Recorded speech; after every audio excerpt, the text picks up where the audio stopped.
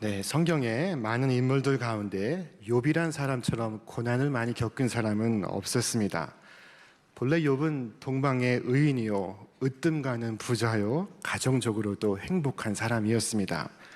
그는 하는 일마다 잘 되었고 성공을 거둔 사람이었습니다.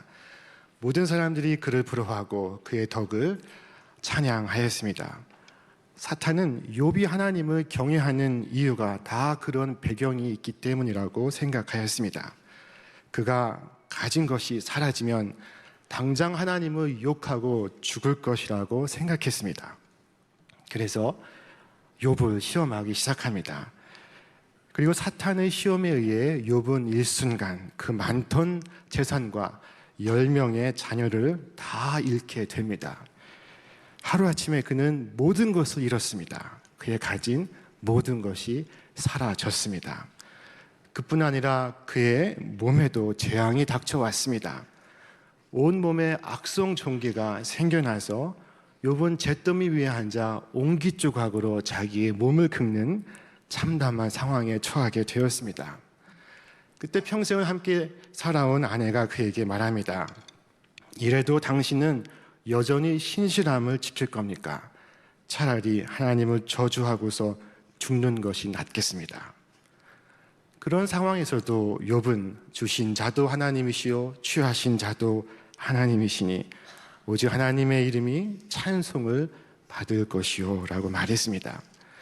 그러나 욥을 정작 힘들게 한 것은 욥의 친구들이었습니다. 한 사람도 아니고 세 사람이나 한꺼번에 와서 한마디씩 거두는 그 말이 욥을 번민케 하였습니다.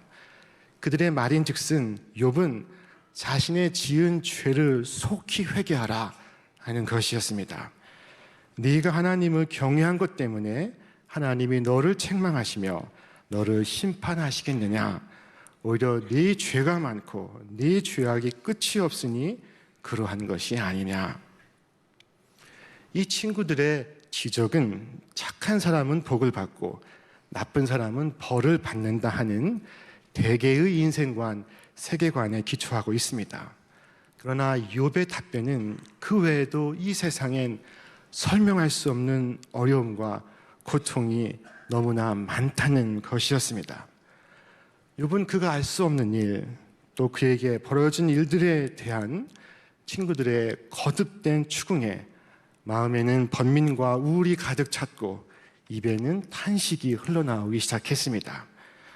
친구들과의 논쟁이 거듭되는 동안 욥은 왜 하나님이 자기가 멸하는 것을 기뻐하시는지, 왜 자기를 주님의 대적으로 삼으시는지 알 수 없다고 생각합니다. 왜 하나님이 폭풍으로 자기를 꺾으시고 까닭없이 그의 상처를 많게 하시며 그로 숨을 쉬지 못하게 하시며 괴로움으로 그에게 채우시는지 그 이유를 알 수 없다고 말합니다. 오늘 우리가 함께 읽은 성경의 한 대목은 이 욥기의 결말부에 해당이 되는 부분입니다. 욥기 38장부터 39장, 40장, 41장에서 하나님은 폭풍이 몰아치는 속에서 욥에게 대답하십니다.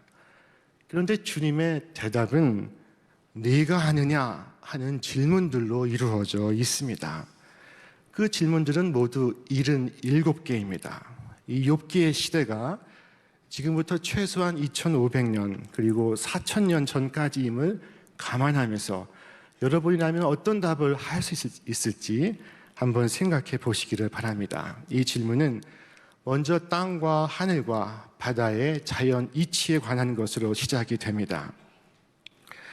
누가 이 땅을 설계하였는지 너는 아느냐? 누가 그 위에 측량줄을 띄웠는지 너는 아느냐? 무엇이 땅을 버티는 기둥을 잡고 있느냐? 누가 땅에 추춧돌을 놓았느냐? 그날 새벽에 별들이 함께 노래하였고 천사들은 모두 기쁨으로 소리를 질렀다. 네 소리를 높여서 구름에게까지 명령을 내릴 수 있느냐? 구름에게 명령하여 너를 흠뻑 적시게 할 수 있느냐? 번개를 내보내어 번쩍이게 할 수 있느냐? 그 번개가 네게로 와서 우리는 명령만 기다립니다 하고 말하느냐? 이 질문들에 대하여 욥은 답을 할 수 없었습니다. 그러자 하나님의 질문은 동물들에 관한 것으로 넘어갑니다. 강물이 범람할 것이라고 알리는 따오기에게 나일강이 넘칠 것이라고 말해주는 이가 누구냐? 비가 오기 전에 우는 수탉에게 비가 온다고 말해주는 이가 누구냐? 누가 구름을 셀 만큼 지혜로우냐? 누가 하늘의 물 주머니를 기울여서 비를 내리고 누가 지혜로워서 티끌을 진흙덩이로 만들고 그 진흙덩이들을 서로 달라붙게 할 수 있느냐? 네가 사자의 먹이를 계속하여 될 수 있느냐? 굶주린 사자 새끼들의 식욕을 채워줄 수 있느냐? 까마귀 떼가 먹이가 없어서 헤맬 때 그 새끼들이 나에게 먹이를 달라고 조를 때에 그 까마귀 떼에게 먹이를 마련하여 주는 이가 누구냐? 여러분, 무슨 답을 할 수 있습니까? 최근 UNEP, UN 환경계획에 따르면 지구상에는 3천만 종의 동식물이 살고 있을 것으로 추정이 된다고 합니다. 학자에 의하면 1억 종 이상일 것이라고 말하는 사람도 있습니다. 그런데 그 가운데 과학자들에 의해 이름이 붙여진 생물종은 겨우 200만 종에 불과합니다. 따라서 지구상 생물종 가운데 80% 이상은 인류에 의해 아직도 규명되지 않은 상태로 이 지구 생태계를 구성하고 있습니다. 뿐만 아니라 발견된 20% 미만의 생물 중에서도 충분히 밝혀진 것은 아무것도 없습니다. 여러분, 땅과 바다와 하늘의 생명과 그 현상들은 인간은 다 알지 못하는 신비한 세상을 드러내고 있습니다. 이 의문문 형태로 제시된 모든 질문들은 그 자체가 하나님의 대답이셨습니다. 그것은 세상을 내가 안다라고 말하는 인간을 향해 인간은 알 수 없는 창조 세계를 펼쳐 보여주신 것이었습니다. 웅장한 대자연은 결코 인간 중심으로 움직이지 않습니다. 하나님의 주권을 인간이 대신할 수도 없습니다. 우리가 잘 아는 한영훈의 시 알 수 없어요 가운데 이런 대목이 있습니다. 바람도 없는 공중에 수직에 파문을 내며 고요히 떨어지는 오동잎은 누구의 발자취입니까? 지리한 장막 끝에 서풍에 몰려가는 무서운 검은 구름의 터진 틈으로 언뜻 보이는 푸른 하늘은 누구의 얼굴입니까? 꽃도 없는 깊은 나무에 푸른 이끼를 거쳐서 옛 탑 위에 고요한 하늘을 스치는 알 수 없는 향기는 누구의 입김입니까? 그노는 알지도 못할 곳에서 나서 돌뿌리를 울리고 가늘게 흐르는 작은 시내는 굽이굽이 누구의 노래입니까? 연꽃 같은 발꿈치로 가히 없는 바다를 밟고 옷 같은 손으로 끝없는 하늘을 만지면서 떨어지는 해를 곱게 단장하는 저녁 노을은 누구의 시입니까? 이 한영훈은 알 수 없는 세상의 신비를 노래하고 있습니다. 세상은 신비로 가득하고 우리의 일상도 신비로 차 있습니다. 우리는 가나의 혼인잔치에서 물이 변하여 포도주 된 것을 감탄했지만 사실 그날의 진짜 기적은 혼례였습니다. 사람이 태어나고 짝을 만나서 가정을 이루는 것, 생명이 지속되고 삶이 연속되는 그것이 기적 중의 기적이었습니다. 이 진짜 기적을 축하하시기 위해 예수님은 소리 없이 포도주를 준비하셨던 것입니다. 욥은 자신 앞에 펼쳐진 이 신비한 세계를 목격하고 하나님께 대답합니다. 주님께서는 못하신 일이 없으시다는 것을 이제 저는 알았습니다.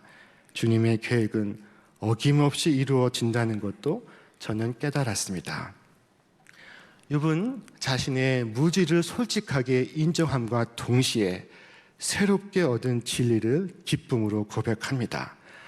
욥기 42장 3절 이하에 무지한 말로 이치를 가리는 자가 누구니까? 나는 깨닫지도 못한 일을 말하였고 스스로 알 수도 없고 헤아리기도 어려운 일을 말하였나이다. 내가 주께 대하여 귀로 듣기만 하였사오나 이제는 눈으로 주를 배움나이다. 자, 네가 아느냐? 하나님께서 물으실 때 욥의 대답은 한마디로 알 수 없어요 라는 것이었습니다. 욥은 기껏 바둑 초보의 실력을 갖고 세상 수를 다 아는 것처럼, 그리고 세상이 다 끝난 것처럼 한숨을 쉬었습니다. 그러나 지금 욥은 설명할 수 없는 하나님의 신비를 살아가고 있음을 온몸으로 느끼고 있습니다. 이 하나님의 수는 바둑 구단 천재 기사의 실력으로도 헤아릴 수 없습니다. 하나님이 두시는 바둑은 알파고로도 이길 수가 없습니다. 인간이 그것을 이해한다는 것은 불가능한 일입니다. 슈퍼컴퓨터 몇 대를 갖다 붙여도 불가능한 일입니다. 욥은 자신의 수를 넘어 하나님의 신비한 수를 깨닫고 오히려 휴 하고 안도하고 있습니다. 나의 한계를 깨닫고 감사하고 있습니다. 나의 최선도 나의 최악도 믿을 바 아닙니다. 내 수가 다할지라도 하나님의 수가 다하지 않았음을 믿기에, 내가 다 할 수 없어도 하나님은 다 하심을 믿기에 내 주장을 철회하고 티끌과 잿더미 위에 앉아서 회개합니다. 주님, 주님이 주님이십니다. 신실하신 주님을 찬양합니다 라고 말하고 있습니다. 그런데 이 욥과는 달리 내가 세상 다 압니다 라고 하나님과 끝까지 맞선 사람이 있었으니 그들이 바로 에덴 동산의 아담과 하와였습니다. 그들이 먹었던 열매는 선악을 알게 하는 지식의 열매였습니다. 너희가 그것을 먹는 날에는 너희 눈이 밝아져 하나님과 같이 되어 선악을 알 줄을 하나님이 아심이라. 그것은 욥에게도 찾아왔던 사탄의 노림수였습니다. 그것은 좋은 수가 아니었습니다. 악한 수였습니다. 그러나 아담과 하와는 곧 선악을 알게 하는 지식의 열매를 먹고 그릇된 확신에 빠져 있습니다. 여러분, 선과 악을 분별하는 것은 하나님의 영역입니다. 우리의 선악 판단은 제한적이요, 상황적이요, 이기적입니다. 그러나 이제 하나님께서 아담을 부르실 때 아담은 서슴없이 하나님 탓을 합니다. 아담이 이르되 하나님이 주셔서 나와 함께 있게 하신 여자, 그가 그 나무 열매를 내게 주므로 내가 먹었나이다. 하나님과 욥의 대화는 그와는 크게 달랐습니다. 하나님께서 욥에게 말씀하셨습니다. 트집 잡는 자가 전능자와 다투겠느냐? 하나님을 탓하는 자는 대답할지니라. 그때 욥이 하나님께 대답하이르되 보소서, 나는 비천하오니 무엇이라 주께 대답하리이까? 손으로 내 입을 가릴 뿐이로소이다. 여러분, 인간이 하나님의 수를 다 이해할 수 없습니다. 하나님의 수를 이해할 수 없을 때 우리는 믿어야 합니다. 이해할 수 없을 때 다만 믿으시기를 바랍니다. 다윗에게도 그와 같은 순간들이 있었습니다. 시편 13편에서 여호와여 어느 때까지니까 나를 영원히 잃으시나이까? 주의 얼굴을 나에게서 어느 때까지 숨기시겠나이까? 나의 영혼이 번민하고 종일토록 마음에 근심하기를 어느 때까지 가오며 내 원수가 나를 치며 자랑하기를 어느 때까지 하리이까? 그러나 다윗은 그가 이해할 수 없을 때 그의 시를 믿음으로 결론을 내리고 있습니다. 나는 오직 주의 사랑을 의지하여 싸우며 나의 마음은 주의 구원을 기뻐하리이다. 내가 여호와를 찬송하리니 이는 주께서 내게 은덕을 베푸심이로다. 그리고 바로 그 다음 시편 14편 1절에서 다윗은 고백합니다. 어리석은 자는 그의 마음에 이르기를 하나님이 없다 하는도다. 여러분, 이와 같은 패턴은 다윗의 시에서 반복됩니다. 시편 16편 1절에서 하나님이여 나를 지켜주옵소서, 내가 죽기 피하나이다. 그리고 바로 시편 2편에서 내가 여호와께 아뢰되 주는 나의 주님이시오니 주밖에는 나의 복이 없다 하였나이다. 여러분, 다윗은 이해할 수 없을 때 하나님을 믿었습니다. 하나님의 구원을 신뢰하였습니다. 그리고 그 구원의 하나님을 결국 찬송할 것이라고 말하고 있습니다. 그리고 그의 믿음대로 되었습니다. 다윗은 이해할 수 없는 고통과 어려움 속에서도 하나님의 은혜가 반드시 있음을 믿고 있습니다. 저와 여러분에게 오늘 필요한 것은 이와 같은 믿음입니다. 이해할 수 없는 하나님을 믿음이 믿음입니다. 신앙의 길은 답을 몰라도 계속 나아가는 법을 배우는 것입니다.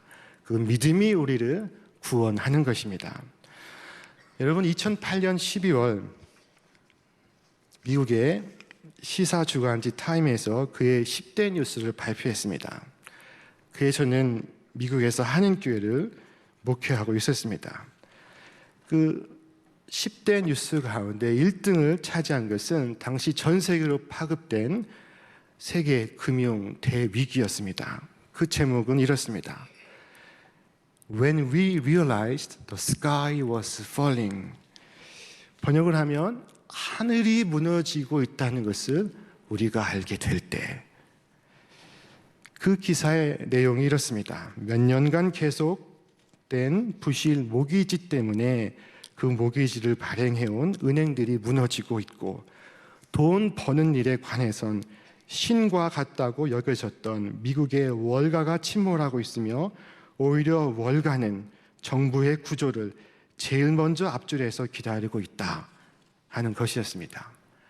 그 해를 마감하는 이 10대 뉴스가 하늘이 무너지고 있다는 것을 우리가 알게 될 때 그것이 1등을 차지했습니다.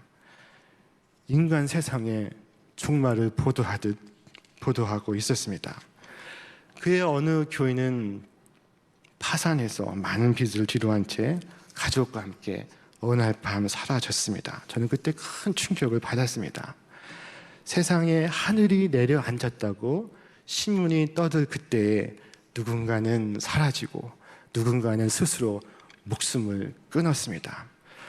그러나 돌아보면 그 12월 하늘엔 지극히 높은 곳에선 하나님께 영광이요, 땅에선 기뻐하심을 입은 사람들 중에 평화로다 합창이 울려 퍼지며 천사가 전하여준 기쁜 성탄의 소식이 들려오고 있었습니다. 인간의 수로 지은 이 세상 하늘이 무너질 때 무너지지 않는 하나님의 세상이 그들 속에서 펼쳐지고 있었던 것이었습니다. 내가 아는 세상은 언제든 무너질 수 있습니다. 언젠가는 무너질 것입니다. 그것은 불완전한 세상입니다.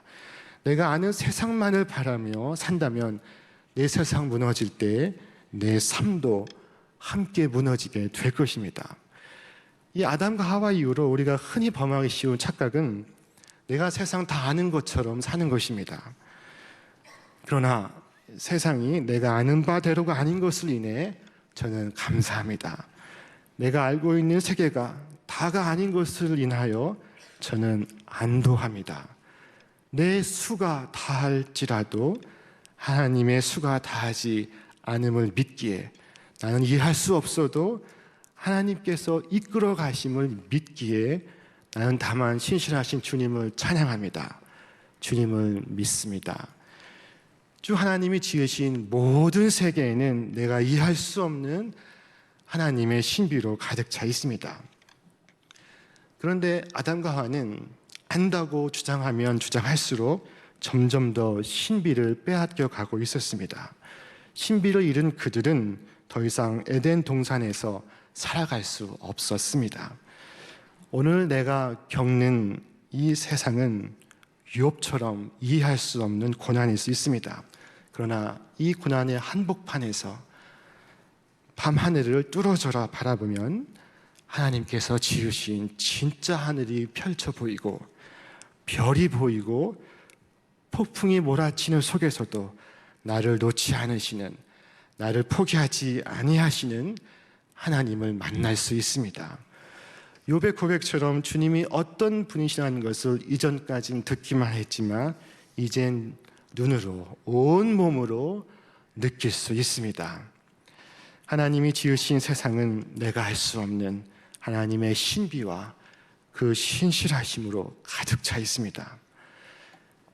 때로 아이를 키우다 보면 정말 우리 아이가 이런 말 했을까 싶을 때가 있습니다. 몇 해 전에 제가 출근을 하고 큰아이는 학교에 가고 4살 된 딸아이가 엄마랑 놀다가 엄마가 잠깐 잠이 들자 엄마의 눈꺼풀을 끌어올리며 이 아이가 이렇게 말했다고 합니다. 엄마, 눈 떠봐. 세상엔 신기한 일들이 너무 많아.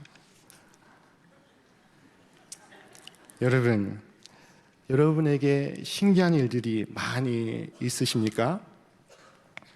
나의 삶이 너무 평범하다고 느껴질 때 집안의 먼지를 보면서 우주의 근원을 생각하시고 하늘을 나는 새를 보시고 경탄하시며 어린아이로부터도 세상의 경의를 배우실 수 있기를 바랍니다.